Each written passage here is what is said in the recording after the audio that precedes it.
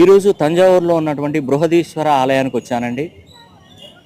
ఇక్కడికి రావడానికి కారణం ఏంటంటే శని హోమం జరిపిస్తున్నాను ఆగస్టు 9వ తారీఖు. ముఖ్యంగా విదేశాలలో ఉన్నటువంటి వారు ఎవరైనా కూడా, చదువుకునేటువంటి వాళ్ళు కానీ, ఉద్యోగాలు చేసేటువంటి వారు కానీ, అక్కడ వ్యాపారాలు చేసేటువంటి వారు కానీ, ఖచ్చితంగా విదేశాలలో ఉన్నటువంటి వారు శని హోమం జరిపించుకోవాలి. ఎందుకంటే భారతదేశంలో ఎవరు పుట్టినా కూడా మన దేశం, మన కంట్రీని వదిలి ఇంకో కంట్రీకి వెళ్తున్నారు. అప్పుడు శని ఏం చేస్తాడంటే మిమ్మల్ని ఆపేస్తాడు. అంటే నువ్వు ఇక్కడే పుట్టి, ఇక్కడే పెరిగి, ఇక్కడే చదువుకున్నటువంటి వాళ్ళు మళ్ళీ అక్కడికి వెళ్ళి అక్కడ ఉద్యోగం ఎందుకు చేయాలి, అక్కడ చదువు ఎందుకు చదువుకోవాలి, అక్కడ ఎందుకు నివసించాలి, నీ సొంత గడ్డను డెవలప్ చేయి, నువ్వు అక్కడికి ఎందుకు వెళ్ళాలని శని నిన్ను ఆపేస్తాడు. నీకు అడుగున అవరోధాలు కల్పిస్తుంటాడు.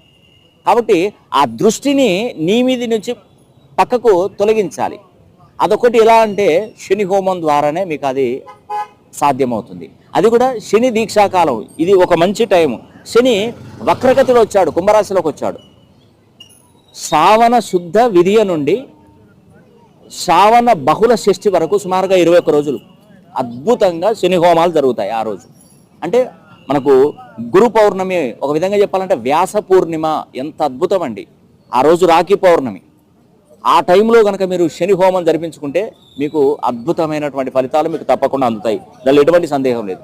కాబట్టి ఇటు అవకాశాన్ని ప్రతి ఒక్కరు పేరున సద్వినియోగం చేసుకోవాలని కూడా మనసా వాచా కర్మేన కోరుకుంటూ సెలవు తీసుకుంటున్నాను. సర్వే జనా సుఖినో భవంతు.